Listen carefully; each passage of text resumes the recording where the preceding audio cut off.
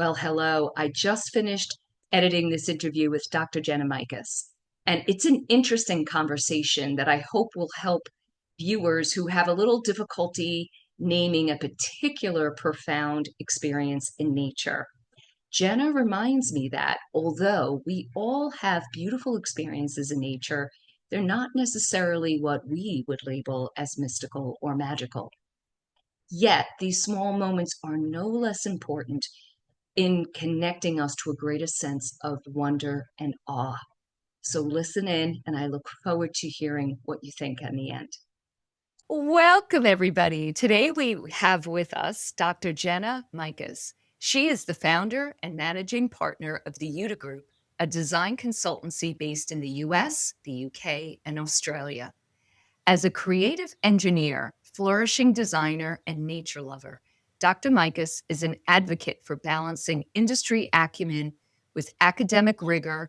She's an honorary fellow with the University of Melbourne's Centre for Wellbeing Science, a research advisor for the International Well Building Institute, and founder of the Harvard University-affiliated Human Flourishing Network's Flourishing by Design community. So welcome, Jenna. Thank you. It's a pleasure to be here. Quite a bit of titles and accomplishments. It's just really fascinating. And I am very much a proponent of, beautiful environments that nourish us as humans, being involved with feng shui and biophilic design. So your work as a creative engineer, can you just share a little bit about that? Yeah, it's definitely unusual. I think being somebody who has been very creative since I was a kid, I joke that my parents live vicariously through me as an only child, that they signed me up for everything. So I grew up doing classical piano competitively, dance, voice, a little bit of sports, but then I realized that was not my bag. But always had this penchant for arts, sciences, math. So I, over time, just really developed the interest in engineering and really liked some of the more creative approaches to engineering. So the designerly aspects that are sometimes attributed more towards architecture. Where I did my undergraduate at Johns Hopkins, they didn't have architecture. So I did mechanical engineering with business and a lot of art history classes just to get as close as I could to something really creative, but still based in science. And, that was 20 years ago, and it's really just evolved from there. So, I ended up doing strategy consulting for about a decade for the US and Australian governments. And then over time, I became really enamored with the power of the built environment.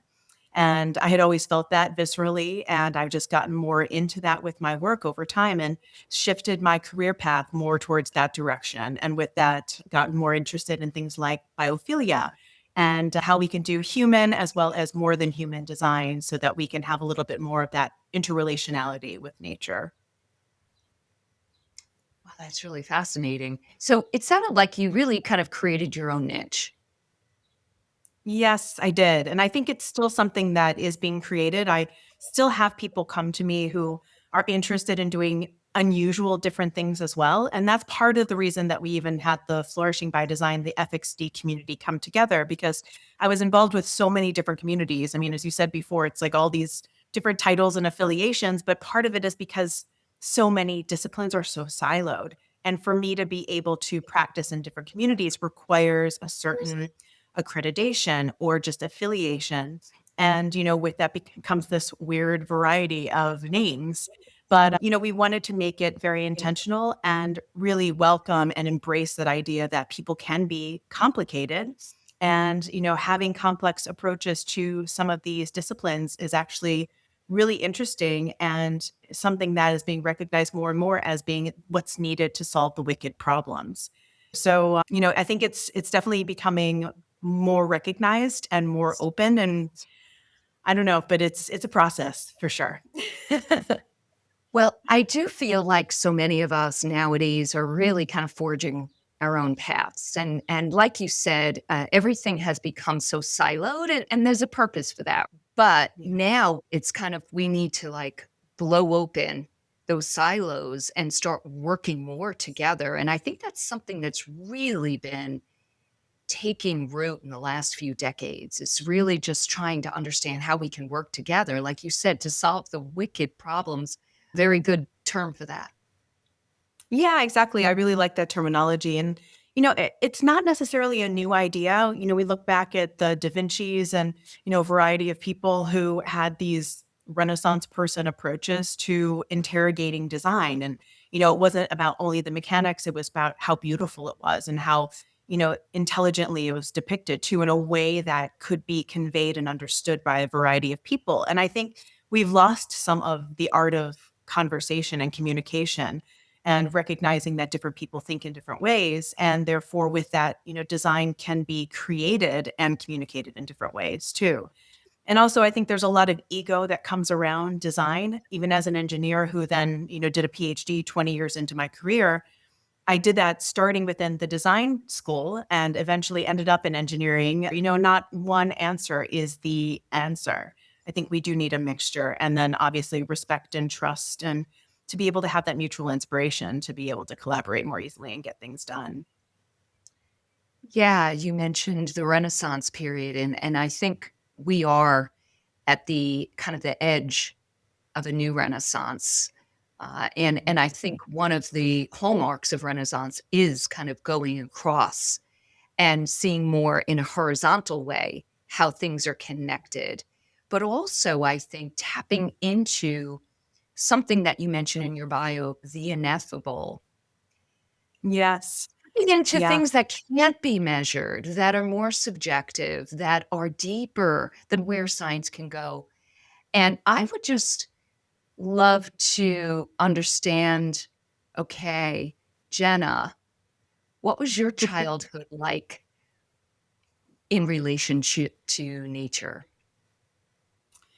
So, I spent a lot of time outside, and it's funny when I compare it to other friends because, I feel like they were either the type that would be inside all the time or they were outside playing in the mud, getting really messy. Like my husband always jokes that he would go out doing the exact same activities as his brother, and his brother would come back pristine, and my husband would be a muddy mess. And, he was super happy. I wasn't quite that extreme. But I did like to be outside and constantly challenge myself. And again, only child syndrome. It's what can I create to challenge myself and be interesting and fun and, do different things. And, I would always make little scavenger hunts or, do little competitions, almost like American Ninja Warrior, those sorts of things where it's like, can we run around and try a variety of things? But then over time, I got more involved with things like gardening. My mom was a master gardener and had this deep appreciation for nature and always curating a garden that she was so proud of and loved. And, at first I was really pushing back on it because it was me outside in 100-degree heat in the summer weeding next to her. And I did not enjoy that part of it. It was not my favorite thing to do. But, over time, I've definitely developed more of an appreciation for it. And, back then too, it was being able to see some of the animals and, even play with the petunias and play with, some of the petals in my hand and make makeup out of it, just little things that you remember and, how that plays into your understanding of not only what nature offers, but, also if we respect it, how we can live in harmony together. And I think that oftentimes that is forgotten and, nature is not something that people necessarily recognize, especially built environment wise. So it's not just this mentality of build more, build poorly, build quickly. I think there are ways that we can do that with not only the humans involved, but also that more than human approach to things too, understanding how it's going to impact the birds, the mushrooms, everything like that. So you can really have something that can work. I think that that's the biggest thing. Have you had any experience as a child that you would kind of label as mystical, magical, Hmm. peek into nature? I don't know about the mystical and magical, but I've always been really enamored by animals. It's, we had a lot of deer. I grew up in the Ohio area, Cuyahoga County with park system. So in our backyard was this beautiful park system. and we would always have a lot of wildlife. And, just being able to have those moments often in my backyard and, even at my school. And if I was just kind of quietly playing, I could often look up and see a variety of things around me, almost a little Snow White like at times. It's like, oh, surrounded by the squirrels and the deer and everything else. And, just hearing the chittering and some of the natural sounds of the forest, and recognizing that that is its own life. And, understanding too that we don't have to be this anthropocentric sort of approach to everything where we only think about the human perspective. I think especially back then in the 80s, 90s, it was all about what can we experience as humans? How can we make that better? What can we do? And, you know, everybody get out of our way as we make that happen. So I think to me, that was one big thing. And also just understanding too how nature comes into play with built environments. Like I really didn't have much exposure to architecture when I was young. But I remember one of the first projects I really loved was we did something that was looking at Native American indigenous building.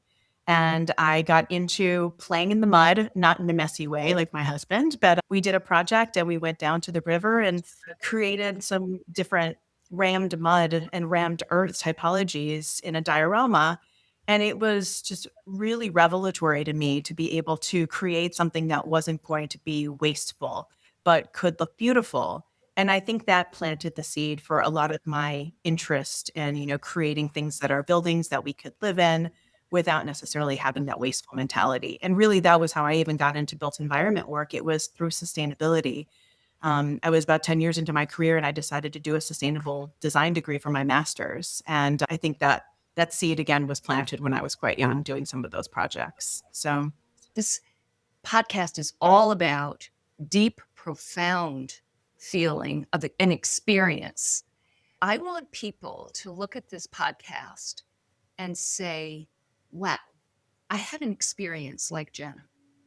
And I'm not going to dismiss it. Of course, maybe at a subconscious level, people might not name it, but they might go, you know what? That's a normal human experience. yeah, and this is something that I thought about beforehand too, and maybe that's something that I should have looped back with you on. But I think for me, I can't really put my finger on one specific instance. There have been a variety of things that I think were turning points. I call them game changers in my life, and I love it was that. when It things. doesn't have to be one. Yeah, and so I think for me it was that. Yeah, yeah. And I think, even when we think about, I always love the poetic. I grew up on movies that were all these things happen right at the right moment. And, when you wait for those things to happen sometimes and they don't, then you're really let down. And I feel like a lot of my life that's been the case. And if I put my hopes on having something like that, then it doesn't happen. And I feel like if people wait for that and hope for only that, then it doesn't always happen to everybody. So I think in my case, it has been more of this amalgamation of moments and, recognizing some of the threads, like you even mentioned before the call. I think in my case, it was a little bit about talking to nature and not feeling crazy when doing so. Even now, it's looking back at when I was a kid in the backyard and then seeing that loose end tie into what I'm doing today. And like right now, I'm working in Belgium and I bicycle to work every day. And I get to pass this lovely group of horses, and sometimes we see some wild cranes near the pond. And, every time I see something like that, it's not necessarily like, oh, I feel like that's a sign of something, but it is certainly something that I stop, take note of, and appreciate. And I think for me, I've been able to recognize more of the beauty in those moments and maybe not necessarily see something that's transformative per se, but I also see myself shifting. I'm much less of the business minded person I started out as 20 years ago. It's much more of an appreciation for different facets of nature and design and, not being driven by a paycheck, but being driven about my own experiences and how to curate those for other people. So, yeah, I think that, it's a little bit different in my case. You go to things like Stonehenge and you expect, again, this transformative time. It doesn't always happen. I think you've had previous guests who have had that. But, people who have read Outlander series kind of want the same thing. But yeah, I think sometimes it's just nice to be able to see connection. Yeah, and I do totally agree with you when we approach being out in nature with a kind of idea that we're going to get an answer. Yeah. It's putting it's putting that, maybe I won't say the word pressure on that situation, but maybe pressure for you to be transformed in some way by an experience. And I totally get the idea of going to Stonehenge and going, well, other people have talked about this mystical experience here. I'm not feeling it. And Yeah. I had the same experience as well. But I also approached Stonehenge knowing I'm probably not going to have a mystical experience just because it's like built up the hype. Yeah. And it doesn't mean I wouldn't be open to it if it were to happen, but I also feel like I've been really lucky being able to travel quite a bit too, and, going to a variety of places that would be on people's bucket lists. And I don't always amass those as instances of big change making. I've had these change making moments, but yeah, so maybe that's part of it too. It gets almost a little diluted in the process. Okay, so I mean, this is just a conversation. It can be cut out. Maybe you can And I edit some just, of this. It's helpful. I'm just curious, Jenna. So, in my experiences, in my travel, sometimes I will find myself in a landscape and suddenly be completely thrown off with the emotion that I experience. I did not expect it. But one of the instances was when I was about 22 and I was in Oahu, finally, suddenly seeing Diamond Head for the first time on the beach. And all of a sudden, just getting this like, oh my gosh, like there was this tremendous awe that Yeah. overcame me. And I'm wondering if there's any landscape that you found yourself in that you were a little surprised at your experience of it. Oh, certainly. I think that, that's part of the beauty of natural landscape. And for me, it is oftentimes something that maybe has a little bit of an architectural slant to it, but oftentimes it's older. So, like Mayan architecture, I spent a lot of time exploring Latin America. And I think some of the places that really struck me as being spectacular would be getting up early and watching the sunrise and hearing the howler monkeys. And it's not just about doing it to tick the box. Like I know a lot of people oftentimes do. They're like, oh, we're supposed to go watch the sunrise and see what happens. But, if you go and you're really in the moment, then you get chills. It becomes almost like an ASMR like experience where you hear the din of the bugs and then you start hearing the monkeys wake up and then them making their ridiculous racket, especially howler monkeys that are terrifying if you hear them in the wild and don't know what they sound like, which I didn't the first time. It was scary as heck. But yeah, I think for me it happens quite often. I mean, I'll stop all the time and take beautiful photographs and draw things like the sky because I find cloud formations just spectacular. And a lot of times it just stops me in my steps. And again, kind of talking to the animals when I'm sometimes cycling to work. It's just these strange things, but yeah, I mean, Grand Canyon, of course, and all around Japan, really.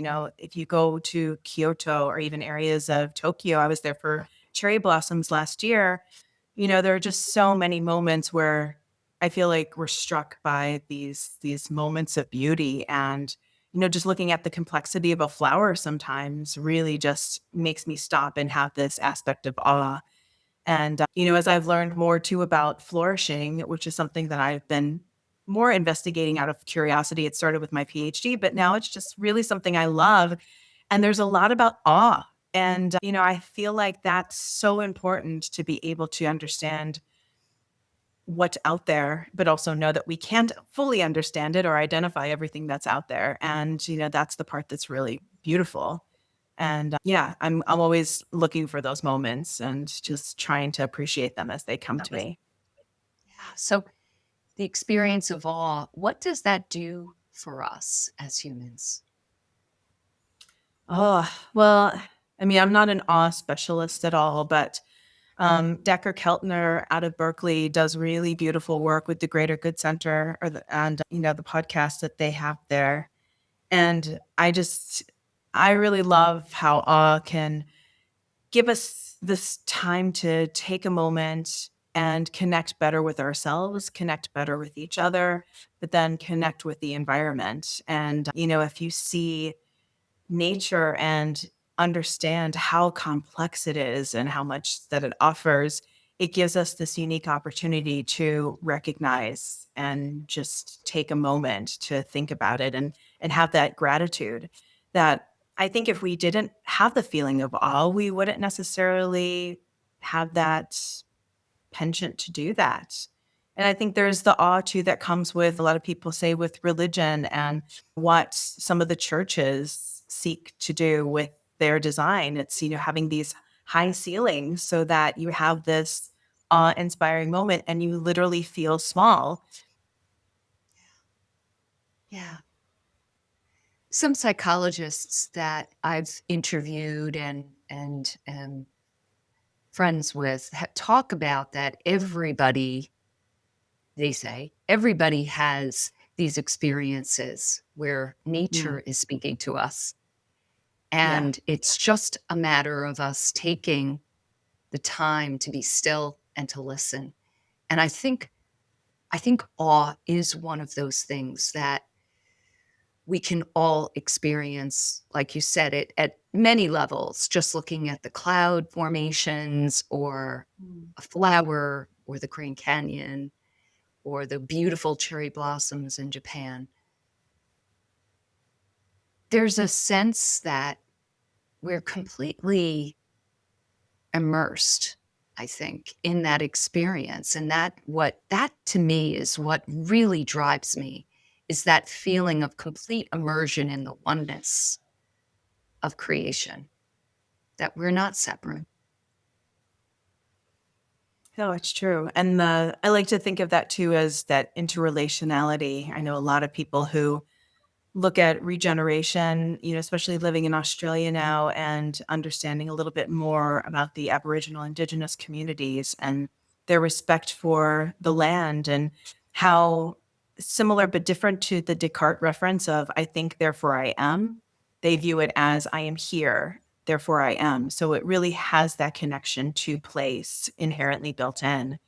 And that, of course, resonates so much with me because to me, home is, it depending upon the terminology, it varies. I'm from the US. I primarily live in Australia, but I'm currently working in Europe. So it's always confusing when speaking with people and I reference home. But, for me, home is oftentimes just the earth. It's where I'm staying for the moment. And the I'm here, therefore I am, I think is really a beautiful way of recognizing our connection with the earth and how much we really contribute to it and vice versa, and how if we protect it, it will protect us. And I think that, understanding that symbiosis is really key for us to be able to get out of things like climate crises and, really kind of work towards better solutions. Yes. And one of my guests, Gordon Hempton, talks about we're not in an environmental crisis, we're in a spiritual crisis. We've disconnected ourselves so far from feeling at one with the natural world. And when we discover that our way back, it's inside and outside, right? It's always like an inner job to feel that connection. Yeah. No, it's true. Yeah, and I think that's part of the loneliness epidemic too. People don't feel a sense of community. And in the past, community was oftentimes the town, it was the church. And we've lost a lot of those aspects of connection. And with that, also the connection to the unknown. And whether that's a mystical, a pagan sort of perspective or, formal religious, whatever it might be, having that connection to, again, the ineffable, the unknown, something that we can't quite articulate, that really, I think, puts us in a position of relinquishing power and again seeing ourselves as small. And that's really, I think, an important perspective, so that we set aside ego, so that we also are not just letting other people deal with things and just shaking it off, saying, well, there's not much that I can do. It's taking ownership of the problems and also trying to figure out what our roles might be, and working towards different things. And I think that happens quite often, where everybody just thinks someone else is going to solve a problem. And, if we recognize not only that we're small, but that we can also work together and make change, then that's something that is really could be transformative. Yeah. Well, we create our reality. Yeah. And the sooner we realize that we are co-creating everything that we see on this planet, the quicker we will be resolving it. Yes. And this notion of being separate is so rampant in our consciousness. And we are not. Yeah. Exactly. The co-creator, I really like that terminology too, because it's like what I was mentioning earlier with designers. Designer has more of that work mentality for what it's associated with. But, from my perspective, it's about curating and it's about co-creation. And I think if we see ourselves all as co-designers, co-creators, then, that's really where the change happens. So we need to take hold, to take notice, and then take action. And I think, oftentimes it could take that order of things, but of course it's important too to have a feedback loop of sorts too, and not just act after one taking notice. It's about iteratively doing so as well, and learning as you go. Yeah. Right. So do you have any last words related to our nature kinship? I mean, there's so many directions that I could go and, talk about some of these things. And I know that in the past on some of your podcasts that I listen to, that you talk about the importance of the journey as well as the destination, and oftentimes even more the journey. And that's really what informs a lot of my work, is looking at how we can curate experiences for things like Aristotle's eudaimonia, where people are their best selves and acting right, doing, morally good, and curating conditions to be able to foster that. How can we actually just make good decisions, even the small ones of I forget what it is, but 500 decisions that we make every day, I think the behaviorists have said. So if we think about some of those aspects, then, and understand that if we do things with good intentions and we emphasize the importance of the process as well as the outcome, I think that's something that shouldn't be forgotten. And that's why I really like even thinking about flourishing. If you have that flourishing mentality, you're thinking about both of those. And then you're thinking not only about yourself, but about the collective good and others. And then, of course, flora and fauna and other aspects of the earth as well, which is really important to me. Well, thank you so much for being on here, Jenna. It's really been a pleasure speaking with you. You as well. Thank you so much for having me. And thank you to all who listened, and would love for you to comment. We will reply, and like and share, and please subscribe. So have a wonderful day, everybody. Thank you for being a part of the Enchanted Earth Podcast. Please hit the subscribe button so that you'll know when we publish another inspiring episode. Check out my book, The Enchanted Earth, available wherever online books are sold. Thank you and have a magical day.